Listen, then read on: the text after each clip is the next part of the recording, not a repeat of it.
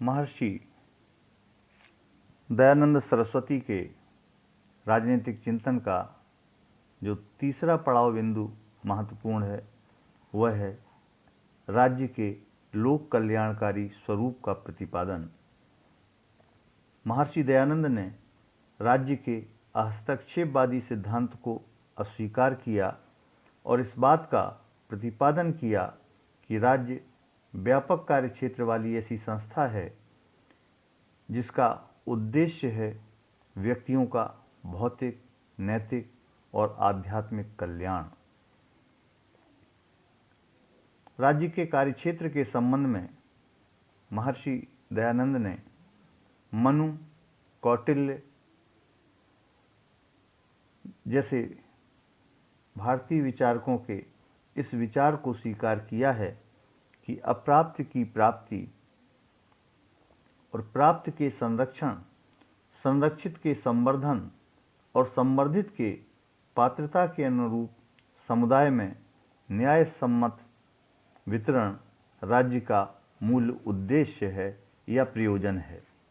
महर्षि दयानंद ने स्पष्ट किया कि शासक प्रजा के कल्याण के लिए उसकी सुरक्षा के प्रति समर्पित रहकर ही प्रजा की स्वाभाविक आज्ञाकारिता यानी कि स्वीकार्यता प्राप्त कर सकता है तथा शासन की प्रभावशीलता के प्रति आश्वस्त हो सकता है। महर्षि दयानंद का मत था कि राज्य के अनिवार्य कार्यों में सम्मिलित है आंतरिक और बाहरी संकटों से प्रजा की रक्षा, पिता के सदृश प्रजा का पालन, शिक्षा की समुचित व्यवस्था के माध्यम से प्रजा का बौद्धिक विकास, कृषि, वाणिज्य आदि के विकास और उद्योगों की स्थापना के माध्यम से प्रजा की आर्थिक समृद्धि और प्रजा के आचरण में धर्म को सुनिश्चित करते हुए उनका नैतिक कल्याण। महर्षि दयानंद ने सदैव ही इस बात पर जोर दिया कि शासक के द्वारा प्रजा के कल्याण के लिए अपनी समस्त बुद्धि और क्षमताओं का उपयोग या प्रयोग किया जाना चाहिए।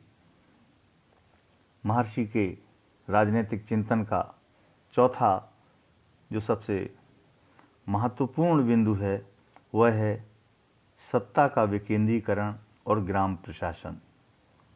महर्षि दयानंद का आग्रह ऐसे विशाल राज्य के निर्माण पर है जिसकी मूलभूत इकाई गांव है, ग्राम है। सुखद आश्चर्य की बात है कि गांधी से भी पहले महर्षि ने गांव की राजनीतिक तथा आर्थिक व्यवस्था के पतन पर खेद व्यक्त किया था और मनुस्मृति के आधार पर ग्रामों को प्रशासनिक तंत्र का अभिन्न अंग बनाने पर जोर दिया था। अपनी पुस्तक सत्यार्थ प्रकाश में उन्होंने उल्लेख किया है कि राज्य में 2, 3, 5 और 100 ग्रामों के बीच एक प्रशासनिक कार्यालय रखा जाए जिसमें जरूरत के अनुसार योग्य सरकारी अधिकारी हों जो राज्य के सब कामों को पूरा कर सकें।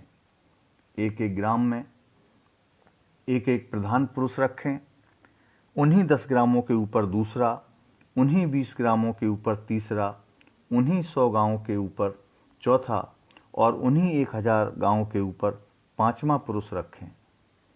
इसके साथ ही प्रशासन की इन सभी इकाइयों को एक दूसरे के साथ जोड़ दिया जाए या इनका समन्वय कर दिया जाए। महर्षि के राजनीतिक चिंतन का जो अगला महत्वपूर्ण बिंदु है वह है सक्षम प्रशासनिक व्यवस्था का आग्रह। राज्य के कार्य बहुत अधिक व्यापक और महत्वपूर्ण हैं और ये कार्य उचित रूप से तब संपन्न हो सकते हैं जबकि समुचित संख्या में योग्य पदाधिकारी नियुक्त किए जाएं। इसलिए दयानंद ने इस बात पर विशेष बल दिया है कि शासन के प्रत्येक स्तर पर समुचित संख्या में योग्य पदाधिकारियों को नियुक्त किया जाए। इसके साथ ही इन अधिकारियों के कार्यों, शक्तियों और दायित्व यानी कि जिम्मेदारियों को भली भांति परिभाषित किया जाना चाहिए। महर्षि दयानंद ने शासकीय अधिकारियों का या राजकीय अधिकारियों की योग्यताओं में ज्ञान, पवित्रता, तत्परता, निष्ठा, जितेंद्रियता, साहस, पुरुषार्थ और प्रजा के हितों के प्रति संवेदनशीलता को विशेष महत्व प्रदान किया था। उनके राजनीतिक चिंतन की जो अगली जो कड़ी है या अगला बिंदु है, उसके अंतर्गत है न्याय, दंड व्यवस्था और कर व्यवस्था यानी कि टैक्सेशन। महर्षि दयानंद के अनुसार न्याय राज्य का एक महत्वपूर्ण उत्तरदायित्व है, जिम्मेदारी है। मनुस्मृति के विचार को अपनाते हुए उन्होंने अपेक्षा की है कि न्यायिक शक्ति का उपयोग धर्म के अनुकूल व पक्षपात रहित होकर किया जाना चाहिए। महर्षि दयानंद ने न्याय की शक्ति अकेले शासक में निहित नहीं की, बल्कि न्याय की शक्ति का प्रयोग सुयोग्य विद्वानों द्वारा गठित धर्मसभा, जिसे आज की स्थिति में हम न्यायपालिका कह सकते हैं, उसके द्वारा किया जाना चाहिए, इस बात पर जोर दिया। महर्षि दयानंद के अनुसार धर्मसभा सर्वोच्च न्यायिक निकाय है और उन्होंने अपेक्षा की है कि उसके द्वारा दिए गए आदेशों को अंतिम और अनुल्लंघनीय समझा जाए, यानी कि जिसका उल्लंघन न किया जा सके, ऐसा समझा जाना चाहिए। दयानंद ने विचार व्यक्त किया कि न्यायिक निर्णय विधि के सिद्धांतों, परीक्षित साक्ष्यों और वस्तुनिष्ठ आधारों पर ही आधारित होने चाहिए। न्यायिक प्रक्रिया के संबंध में वे मनुस्मृति में प्रतिपादित विचारों को स्वीकार करते हैं और उन्होंने मनु के इस विचार को दोहराया है कि न्यायिक शक्ति का दुरुपयोग करने वाले और पक्षपात करने वाले न्यायाधीशों को दंडित किया जाना चाहिए। उनके राजनीतिक चिंतन का अगला पड़ाव है, अगला महत्वपूर्ण बिंदु है अंतर्राज्य संबंध और सैन्य व्यवस्था तथा युद्ध। महर्षि दयानंद ने राज्य की सुदृढ़ता या उसकी मजबूती पर विशेष जोर दिया है और एक संगठित चक्रवर्ती साम्राज्य की परिकल्पना की है।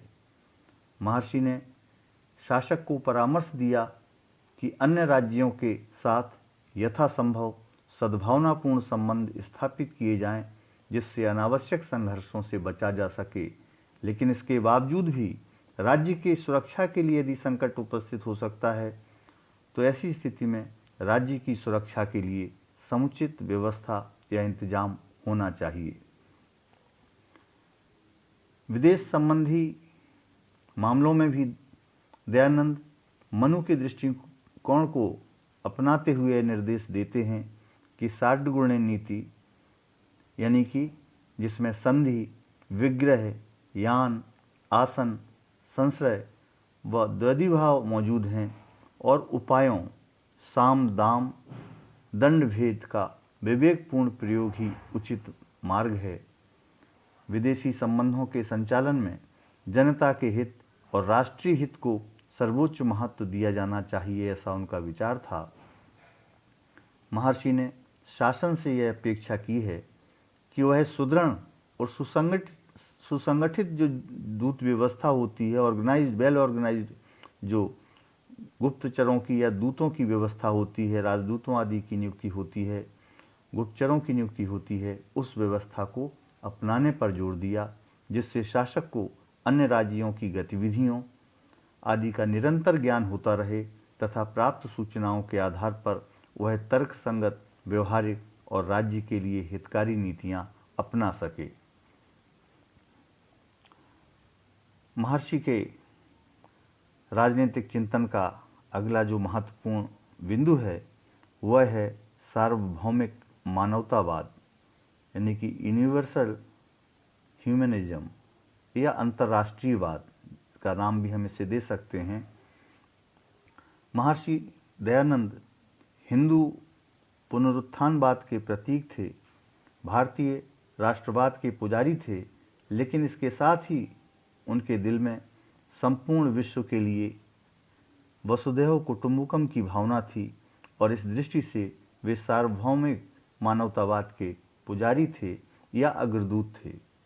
उन्होंने इस्लाम और ईसाई मतों का खंडन किया था, लेकिन इस कार्य में न तो किसी प्रकार का संकुचित दृष्टिकोण था और न ही कोई द्वेष भाव। इस्लाम और ईसाई मत पर आक्रमण तत्कालीन परिस्थितियों के कारण उन्होंने किया था। इसके अतिरिक्त स्वामी दयानंद जी धार्मिक सत्य की खोज में संलग्न थे और अपने अध्ययन तथा चिंतन के क्रम में बौद्ध वैदिक धर्म को ही प्राणी मात्र के लिए सबसे हितकारी मानते थे। महर्षि दयानंद ने प्राणी मात्र को वैदिक धर्म की ओर प्रेरित किया। महर्षि दयानंद का मूल विश्वास यह था कि सभी धर्मों का शांतिपूर्ण सहअस्तित्व संभव है। 1883 ईस्वी में उन्होंने दिल्ली में सभी धर्मों की सभा का आयोजन किया। इस सभा में उन्होंने हिंदू मुसलमानों की एकता पर भी बहुत जोर दिया था और उपदेश कह लें, प्रवचन कह लें या विचार कह लें, इस माध्यम से उन्होंने कहा कि सभी धर्म अपनी विविध मान्यताओं के साथ भी जीवित रह सकते हैं। उनका उद्देश्य मानव मात्र की मुक्ति था। दयानंद में मानवता और विश्व बंधुत्व के प्रति अद्भुत लगन थी और उसकी पूर्ति की दिशा में कार्य करने में उन्हें सदैव प्रसन्नता होती थी। महर्षि दयानंद के राजनीतिक चिंतन में आधुनिकता और प्रगतिशीलता के तत्व निहित हैं। उन्होंने जिस स्वतंत्रता, समानता और भ्रातृत्व का उल्लेख किया है, बात कही है, आमतौर पर दुनिया यह मानती है कि स्वतंत्रता, समानता, बंधुत्व यानी कि फ्रेटर्निटी, भाईचारा, यह सब अवधारणाएं 1789 की फ्रांसीसी क्रांति से उपजी, लेकिन ऐसा सत्य नहीं है। फ्रांसीसी क्रांति से भी हजारों साल पहले भारत में महात्मा बुद्ध के त्रिपिटक में स्वतंत्रता, समानता और बंधुत्व का उल्लेख है। इस दृष्टि से यदि देखा जाए तो भारतीय राजनीतिक चिंतन और उसमें महर्षि दयानंद सरस्वती का निश्चित तौर पर एक महत्वपूर्ण अवदान है। सामाजिक सरोकार हैं, धार्मिक सहिष्णुता है, जन कल्याण की भावना है और सार्वभौमिक मानवतावाद है। और कुल मिलाकर राजनीतिक चिंतन व्यक्ति पर आधारित है, व्यक्ति के कल्याण पर आधारित है। शासन व्यवस्था वंशानुगत और राजतांत्रिक न होकर चुनाव पर आधारित है, निर्वाचन पर आधारित है। बहुत बहुत धन्यवाद। यदि आपकी कोई क्वेरी है, आपके कोई जिज्ञासा है, तो उसका समाधान हम सोशल मीडिया के किसी भी माध्यम से करने के लिए तत्पर हैं। अभी तक आपके कमेंट बहुत कम मात्रा में आ रहे हैं। आपको मैं जो कुछ भी आपसे संवाद करता हूं, उसको लाइक तक सीमित रखने की ज़रूरत नहीं है, उस पर कमेंट करने की ज़रूरत है और आपकी जो जिज्ञासा है उसे प्रस्तुत करने की आवश्यकता है। बहुत बहुत शुक्रिया, धन्यवाद।